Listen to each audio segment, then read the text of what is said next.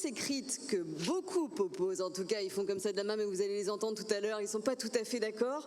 Pour l'un, le Covid est une chance pour les journaux papier, exactement dans le droit fil de ce que Franck Hanès vient de nous dire, le patron de Sopresse. Et puis pour l'autre, au contraire, la presse écrite est à l'agonie. L'épidémie a été le coup de grâce, ou va l'être en tout cas de manière imminente. Le premier, l'optimiste, c'est vous, Cyril Petit, bonjour. Bonjour. Alors vous êtes directeur adjoint de la rédaction du Journal du Dimanche. Et puis le deuxième, le sceptique, c'est vous, Éric Métou, bonjour. Bonjour. Vous êtes journaliste indépendant et vous êtes l'ex-directeur adjoint de l'Express. Alors Cyril Petit, on va commencer par vous. Vous faites partie donc des hommes à la tête du JDD. Pour vous, non seulement la presse écrite bouge encore, on va le dire comme ça, mais le Covid a été une chance et est en tout cas une chance à saisir.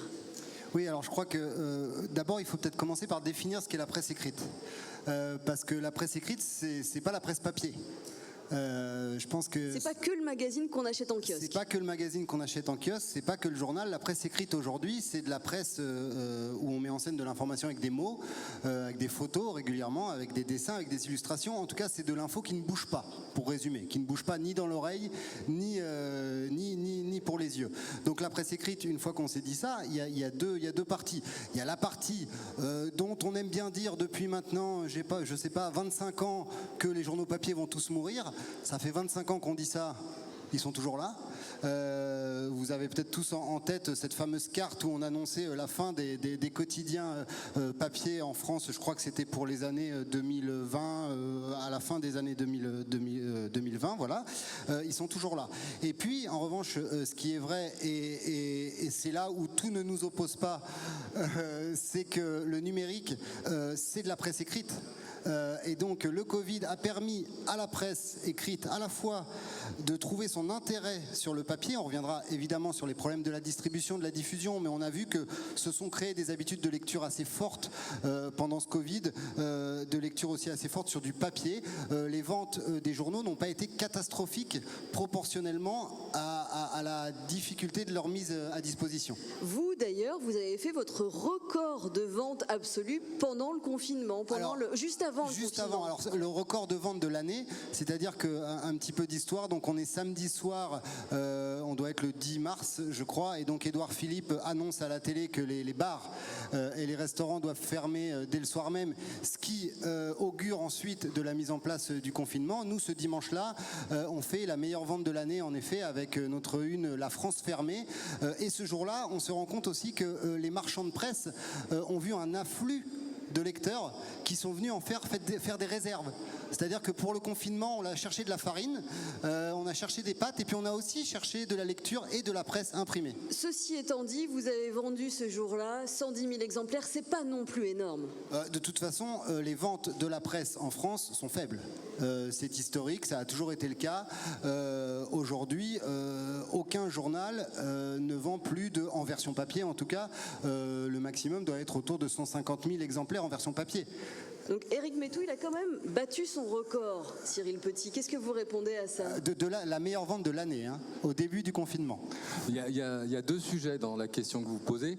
La première, c'est la presse papier, c'est-à-dire effectivement qui est confrontée à des soucis, des problèmes de distribution notamment, et puis qui n'est pas encore morte, mais enfin qui quand même agonise depuis un certain nombre d'années. C'est long. Et c'est long, c'est toujours long. C'est une maladie lente, en tout cas ça va prendre du temps. Moi, je suis assez pessimiste, en tout cas pour la partie pour les quotidiens. Et puis, il y a une question qui, moi, me paraît plus cruciale, qui est le journalisme. C'est-à-dire que le Covid a peut-être bénéficié aux journaux en termes de diffusion, parce que c'est un événement, parce que quand il y a un attentat, on vend plus, parce que quand il y a le Covid, on vend plus, parce que les lecteurs ont une soif d'information, donc ça paraît assez logique. Après, l'autre question, c'est où est-ce qu'ils se sont informés les lecteurs pendant le Covid, et où est-ce qu'ils s'informent de plus en plus de manière générale, et c'est de moins en moins dans la presse écrite, donc qu'elle soit numérique ou qu'elle soit papier, et c'est de plus en plus sur les réseaux sociaux. Et là on est rentré dans une guerre qui va bien au-delà des problèmes de diffusion et de savoir si on vend 150 000 ou 152 000 ou 153 000. On est dans une guerre qu'on est en train de perdre, de mon point de vue, nous journalistes, nous médias, alors, en particulier les médias de la presse écrite, mais pas seulement, la télévision et la radio, ils viendront aussi, contre les réseaux sociaux. Pourquoi est-ce qu'ils gagneraient la bataille? Pourquoi est-ce que les réseaux sociaux gagneraient la bataille? Parce qu'ils sont faits pour ça, parce qu'ils sont infiniment plus puissants que nous en termes financiers et en termes d'impact. Enfin, je veux dire, c'est des machines de guerre, donc ça fonctionne très bien. Et puis parce que c'est intrinsèque, c'est leur raison d'être, c'est leur raison de vivre. S'ils ne font pas ça, ils meurent. Donc c'est une question de survie. Et il faut que vous regardiez, je vais donner un conseil sur YouTube, sur Netflix, pardon, un documentaire qui s'appelle Social Dilemma, qui interroge un certain nombre d'anciens cadres de Facebook, de Google, enfin de tous des GAFA notamment, et qui explique très bien que c'est le système même, c'est le principe même des réseaux sociaux de fournir de l'information, de la fausse information.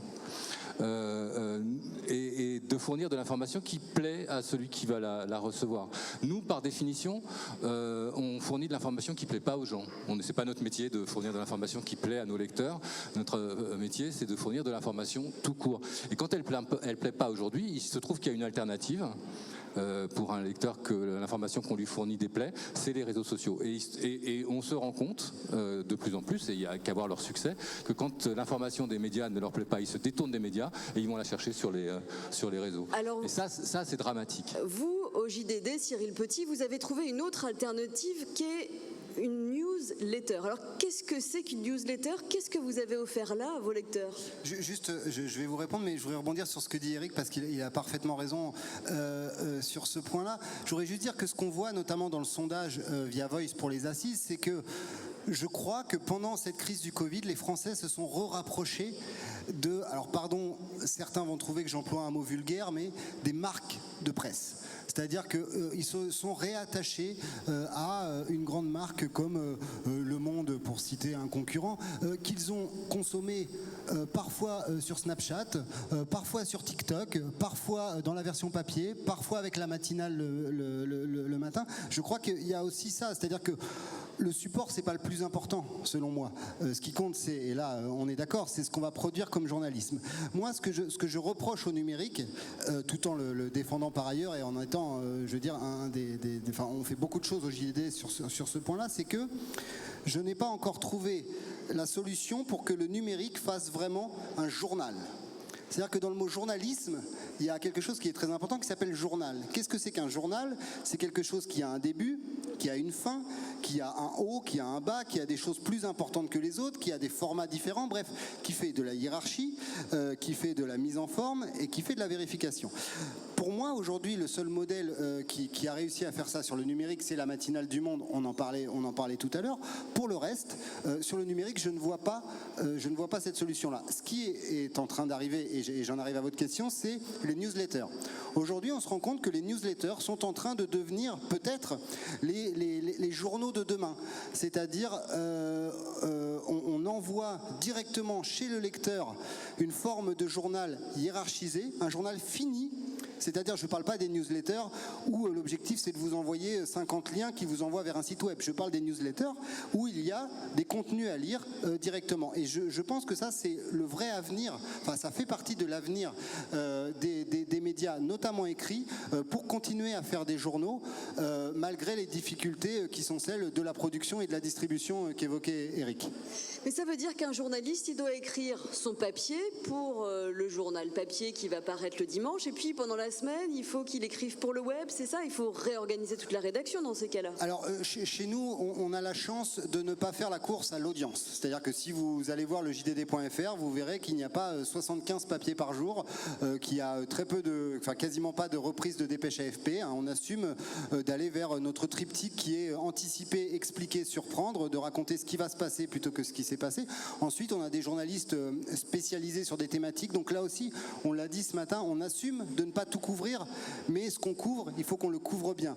Donc oui, les journalistes se sont ajoutés, on va dire, cette tâche quotidienne, mais ça fait partie du métier, et puis deux, quand on voit les retours positifs des lecteurs, on prend aussi le train. Est-ce que c'est pas la recette, ça, Éric Métou? Alors, je vais répondre en répondant à Cyril, parce que ce que tu reproches là au numérique, c'est d'être en fait multidimensionnel. Et pour moi, c'est la force du numérique, c'est ça. C'est-à-dire que c'est multidimensionnel en termes de format, la vidéo, de la radio, de l'écrit, des animations, de la data. C'est multidimensionnel en termes de temps, c'est-à-dire qu'on a toutes les archives, on a le passé, le présent, et puis si on cherche bien, on peut même avoir un peu de futur. Et ce que je dirais moi, c'est que je parlais tout à l'heure de la presse en général, alors maintenant je peux peut-être parler de la presse française. C'est que la presse française, sauf très rares exceptions, elle ne s'est pas emparée du tout de ces dimensions-là. Et moi je peux en parler, ça fait 20 ans que je fais du numérique dans la presse française, ça fait 20 ans que je me bats, il y a pas que moi qui me suis battu sur ce terrain-là, et que la presse française ne l'a jamais fait. Enfin, il y a quelques contre-exemples, on pourrait parler du Monde qui le fait de manière un peu plus intéressante que les autres, mais c'est encore très relatif. Et je ne suis pas un américanophile convaincu, surtout en ce moment, mais il faut quand même qu'on regarde du côté de la presse américaine, parce qu'il y a quelques réussites. Il y en a deux notamment qui s'appellent le New York Times et le Washington Post. Et moi j'ai suivi en particulier la mutation du New York Times, qui a commencé en 2014 par un document qui s'appelle Révolution, qui est un document interne. Ils ont mandaté un directeur du journal et puis je crois une dizaine de personnes pour travailler pendant 1 an sur ça doit être quoi le New York Times demain. Ils ont bossé, ils ont vu, je crois, un millier d'intervenants, des journalistes du journal, des gens à l'extérieur, des pure players, etc., etc. Ils ont remis un rapport qui fait, je crois, une centaine de pages, avec des propositions révolutionnaires, en tout cas pour le New York Times, et qui visaient à mettre le journal en ordre de marche pour faire du numérique. Ça, en France, ce document, on l'a lu. Moi je l'ai traduit par exemple, et tous les journalistes qui s'intéressent au numérique et les journalistes en général ont dû le voir passer à un moment ou à un autre. La différence entre la presse française et le New York Times, c'est que le New York Times l'a appliqué. 1 an après, il virait la moitié des cadres, les vieillards comme moi, mais aussi des gens plus jeunes, et il refondait le journal de façon à faire du numérique. Aujourd'hui, le New York Times, c'est plus de 5 millions d'abonnés sur le numérique, pour une diffusion du journal, je crois, qui est de 900 000, le journal papier qui doit être de 900 000 exemplaires, moins d'un million, 900 000 exemplaires par jour. En France, la grande réussite du numérique et le journal de référence, c'est Le Monde. Et Le Monde, si je ne m'abuse, j'ai noté ça tout à l'heure, parce que je suis quand même allé un peu chercher mes informations. Le Monde, c'est 150 000 ou 160 000 abonnés numériques et une diffusion de 360 000. Alors ça dit quoi ça dit que si on fait alors il y a 320 millions d'habitants aux États-Unis, il y en a 60 millions en France, donc évidemment. Et puis en plus, le New York Times a une diffusion mondiale parce que c'est un journal en anglais. Mais même si on regarde ça, 150 000 par rapport à 5 millions d'abonnés, c'est misérable. Et par ailleurs, ce qui est intéressant aussi, c'est que Le Monde continue à vendre plus de papier que de numérique.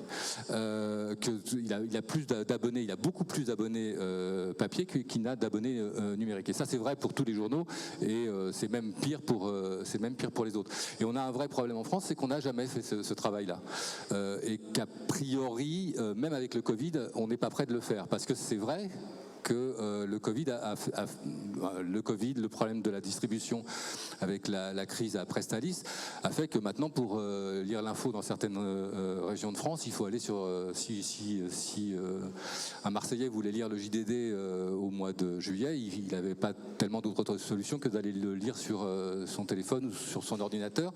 Mais même avec ça, on sent bien que les journaux, alors les patrons de presse, c'est un terme très générique. Avant d'aborder la question des patrons de presse, parce que c'est un vrai sujet. Les journalistes. Je voudrais juste qu'on s'arrête un instant sur ce que vous avez dit de nos collègues américains et anglo-saxons en général, parce que The Guardian, c'est aussi un autre modèle assez intéressant.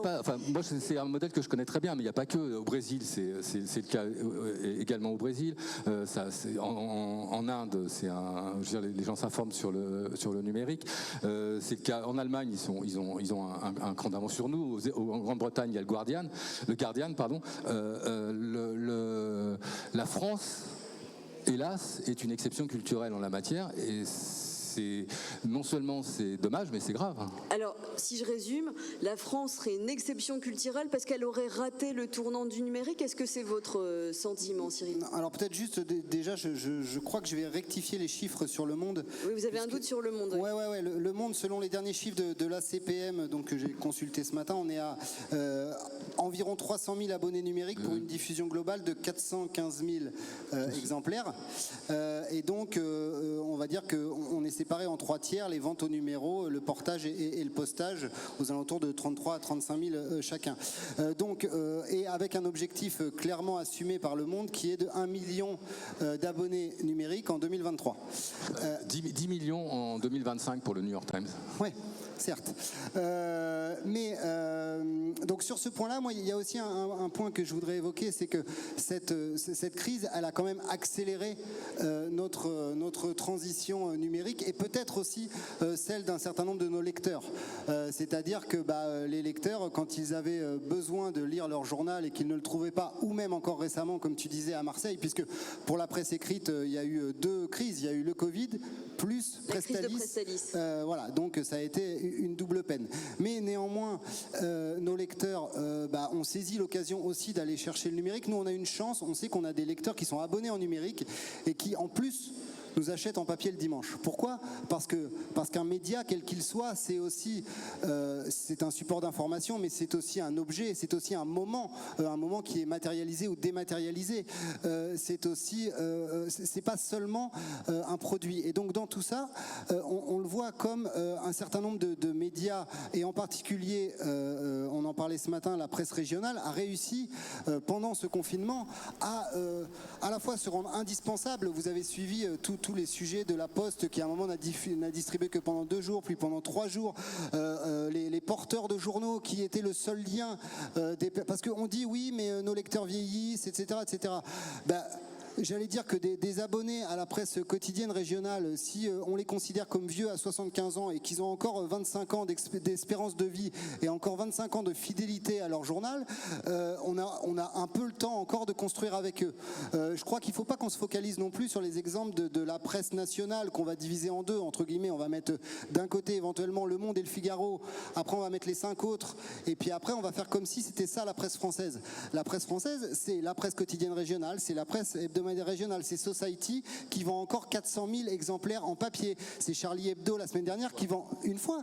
D'accord, mais on ne peut pas se baser sur le succès cet été de Society. C'est exact. Et le canard enchaîné, par exemple. Est-ce qu'on peut s'arrêter sur le modèle du canard enchaîné qui là est complètement à l'ancienne? Sur ce chiffre-là, parce que l'année dernière, 3 milliards de titres de presse ont été vendus en France. C'est une baisse de, je l'ai là, de 3,6%.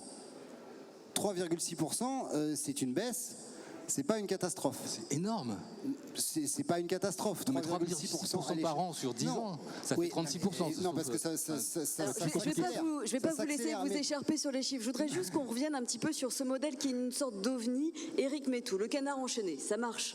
Il y en a d'autres des modèles qui sont des ovnis en France. C'est une spécialité locale. Il y a le canard enchaîné, il y a Mediapart, il y a Society cet été. Et moi, je salue bien bas les journalistes, les directeurs de rédaction qui font ces journaux-là, parce que d'abord ils sont extrêmement courageux, c'est pas facile. Je veux dire, Franck Hanet, c'est quand même, c'est non seulement un ovni, mais il est vraiment tout seul et il se bagarre tout seul. Mais on peut pas en aucun cas trouver dans ces exemples-là une solution pour la crise de la presse française. C'est pas possible. Le canard enchaîné, ça fait, je sais pas, depuis la sortie de la guerre, si je me souviens bien, personne n'a jamais réussi à faire un deuxième canard enchaîné en France. Personne n'a jamais réussi à faire un deuxième canard enchaîné en France. Mediapart, il y a eu des concurrents. Il y a des gens qui se sont lancés sur le même terrain en disant parce que forcément c'est industriel, il y a une réussite quelque part, on va faire la même chose. Et puis nous aussi on va tirer les bénéfices. Mediapart, il y en a un, il n'y en aura jamais 2. Le canard, il y en a un, il n'y en aura jamais 2. Le succès du pont de Ligonnès cet été, il y en a un. J'espère qu'il y en aura d'autres. Alors après, on peut tirer des leçons de ça. Moi, je pense que le succès de Society cet été, de se dire que voilà, puisque l'actualité chaude, elle est prise par le numérique, alors soit par les réseaux sociaux et puis au mieux par la presse. À ce moment-là, si on fait du papier, faisons des longs. Voilà, prenons. Alors l'idée formidable de Society sur ce coup-là, c'est de se dire, on va consacrer 2 numéros à un seul sujet. Je crois qu'on a une question dans le public. Je vous écoute, monsieur. Pas la mort des quotidiens papier qui est annoncée, et plus des papiers de fond, hebdo, magazine, etc., qui vont rester en papier. Est-ce que vous comprenez la question ? Oui, bien sûr. Il y a quelques temps, je ne sais plus qui disait ça, que les quotidiens allaient devenir des hebdos, que les hebdos allaient devenir des mensuels, etc., etc. C'est en effet un bon sujet. C'est-à-dire que, y compris même, on se rend compte que certains quotidiens, par leur politique tarifaire, vont aussi dans ce sens-là. C'est-à-dire qu'aujourd'hui, qui va acheter un quotidien au numéro tous les jours à 3 €? Voilà, il y a aussi un vrai sujet. Il est clair qu'aujourd'hui, la stratégie qui est mise en place, c'est celle de l'abonnement. C'est parce qu'en parallèle, on se rend compte aussi que la publicité confère les derniers mois n'est pas ou n'est plus une valeur sûre entre guillemets. Donc il faut créer une relation de fidélité avec son lecteur, donc via cet abonnement. Donc en effet, alors moi je pense que là aussi il y a 2 sujets. La presse quotidienne régionale qu'on cite beaucoup ici, et c'est bien normal, mais qu'on a parfois tendance à extraire de nos sujets sur la presse. Mais quand on nous apporte tous les matins le quotidien en version papier à 7h, et que s'il arrive à 7h15, les premiers lecteurs appellent pour se plaindre que, encore une fois, ça fait partie du quotidien. Ces journaux-là, s'ils sont bien distribués, ils ont un avenir. Ils ont un avenir au moins pour toute une tranche de la population qui a grandi avec. Croire que demain, les jeunes, et je vais aller dans le sens d'Éric, croire que demain, les jeunes qui ont été élevés sans papier, entre guillemets, le jour de leurs 40 ans se disent « Ah bah tiens, ça y est, j'ai 40 ans, c'est aujourd'hui que je lis du papier ». Ça, c'est dingue, ça va pas se passer comme ça. Mais donc, il faut aussi, c'est toujours la difficulté de la mutation de la presse, c'est comment rester accroché à l'arbre qui est celui un peu de nos certitudes. Alors peut-être qu'on y reste trop accroché en essayant de basculer sur l'arbre d'à côté. Mais je crois que la question c'était vraiment, est-ce que la clé c'est pas un journal qualitatif, c'est-à-dire de l'enquête, si j'ai bien compris, c'est vraiment une enquête, c'est vraiment quelque chose de fouillé, on prend son temps. Non, on peut pas dire que le New York Times c'est pas du qualitatif. C'est quand même le meilleur journal du monde. Et le New York Times aujourd'hui, le New York Times aujourd'hui, c'est un journal en ligne. Ils ont sorti la feuille d'impôt de Donald Trump. Oui, mais c'est exactement ça. Le New York Times aujourd'hui, c'est un journal en ligne qui accessoirement vend un petit peu de papier à côté, voilà, qui fait ses bénéfices sur Internet et qui a une petite danseuse qui va doucement dépérir jusqu'à ce qu'elle disparaisse, qui s'appelle le journal papier, qui va permettre de toujours avoir aussi des revenus publicitaires quand même, disons-le clairement. Oui, non, mais il y a des raisons au fait qu'on continue à vendre du papier, notamment le fait qu'effectivement, malgré le Covid, tous les gens de plus de 40 ans sont pas encore morts, donc eux continuent à acheter du papier, mais en dehors de ça. Moi, je faudrait qu'on fasse un sondage auprès des gens qui sont dans de vous qui êtes devant nous. Enfin, pas parmi ceux qui ont moins de 30 ans, combien lisent un journal tous les jours ? Combien en lisent un journal une fois par semaine ? Vous leviez la main d'ailleurs. Combien d'entre vous lisent un journal tous les jours ? Est-ce que vous pouvez nous dire ? Voilà. Une personne. Non, mais on doit interroger. Tu as réduit ton échantillon aux moins de 30 ans, qui sont évidemment importants et qui sont l'avenir, mais qui ne constituent pas non plus la encore une fois, moi, ce qui me fait peur, mais pour moi, c'est pas un problème. C'est-à-dire que c'est pas très grave. Le papier, ça n'est jamais qu'un arbre qu'on a transformé et on sauvera des arbres. Et puis finalement, c'est pas si grave puisqu'on commence à en manquer en Amazonie et en Californie. Donc tant mieux. Le problème. Vraiment, et moi le problème qui m'inquiète et le fait qu'on ne réagisse pas à ça comme on devrait réagir, là je trouve que ça devient grave, c'est que le numérique aujourd'hui, alors là aussi on pourrait faire un sondage, mais je pense que vous êtes un public concerné, donc c'est un peu particulier, mais allons dans la rue, que le public aujourd'hui, qui fait la différence entre une information qui lui a été transmise sur un groupe auquel il appartient sur Facebook par un ami en qui il a confiance, et puis une information qui va tomber toujours sur Facebook sur le site du New York Times. C'est-à-dire tout est au même niveau. Le problème du numérique, c'est aussi ça. C'est-à-dire que ça a tendance à étaler. Voilà. Et ça, c'est un vrai défi. Et ce défi-là, si on ne le regarde pas en face, et aujourd'hui en France, excuse-moi, mais on ne le regarde pas en face, si on ne le regarde pas en face, il va nous tuer. On va le perdre. On est en train de perdre la guerre du numérique aujourd'hui. Il y a certains journaux aux États-Unis qui s'en sortent. Alors après, tu parlais de la presse régionale. La presse régionale, elle est aussi en déclin. Alors elle décline un petit peu moins vite. Et il y a tout un débat, toujours pareil. Alors pourquoi est-ce que je parle beaucoup des États-Unis ? Parce que c'est l'endroit du monde où il y a le plus de littérature sur l'avenir des médias et de la presse, et que c'est un sujet qui me passionne et que je lis à peu près tout. Mais il y a un énorme débat débat aux États-Unis en ce moment sur la presse locale, qui est vue aussi comme une solution à la crise des médias en général.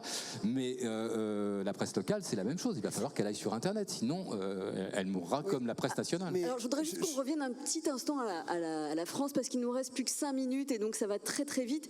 La presse d'opinion, est-ce que c'est pas ça qui marche en France aujourd'hui? Valeurs actuelles, Front Populaire. Dans les succès de la presse aujourd'hui, alors tu parles de Valeurs actuelles, mais il y a un succès d'édition qui est récent, qui a 2 ou 3 mois ou 4 mois je crois, qui s'appelle Front Populaire. Alors, dont on peut s'interroger sur le fait de savoir si c'est de l'information ou pas, de la même manière qu'on peut s'interroger pour savoir si CNews c'est de l'information ou pas, et si Valeurs Actuelles c'est de l'information ou pas. Mais en dehors de ça, ce sont des succès. Je veux dire, CNews c'est un succès. Ils sont en train de manger, ils sont dans le coffre de BFM. Front Populaire, c'est un succès totalement inespéré pour son créateur. Alors c'est vrai qu'il y a Onfray derrière, et que Onfray c'est une personnalité porteuse, mais il n'y a pas que ça. Effectivement, c'est un site souverainiste d'extrême droite qui se revendique comme tel, et ça attire du monde. Et puis il y a Valeurs Actuelles, alors, qui n'est pas le succès que Valeurs Actuelles aimerait bien être et dit qu'il est, mais dont on parle beaucoup, quoi. Alors après, moi, ça me pose un autre problème, c'est-à-dire que pour moi, le journalisme d'opinion, c'est du journalisme d'opinion, c'est pas du journalisme. Et c'est plus même que du journalisme d'opinion, c'est du journalisme militant. Et ça me gêne profondément. Encore une fois, la presse américaine fait bien la distinction entre ces éditorialistes et ces journalistes d'enquête. Là, dans ces journaux-là, on en est quand même extrêmement loin. Il y a un mélange des genres qui me révulse.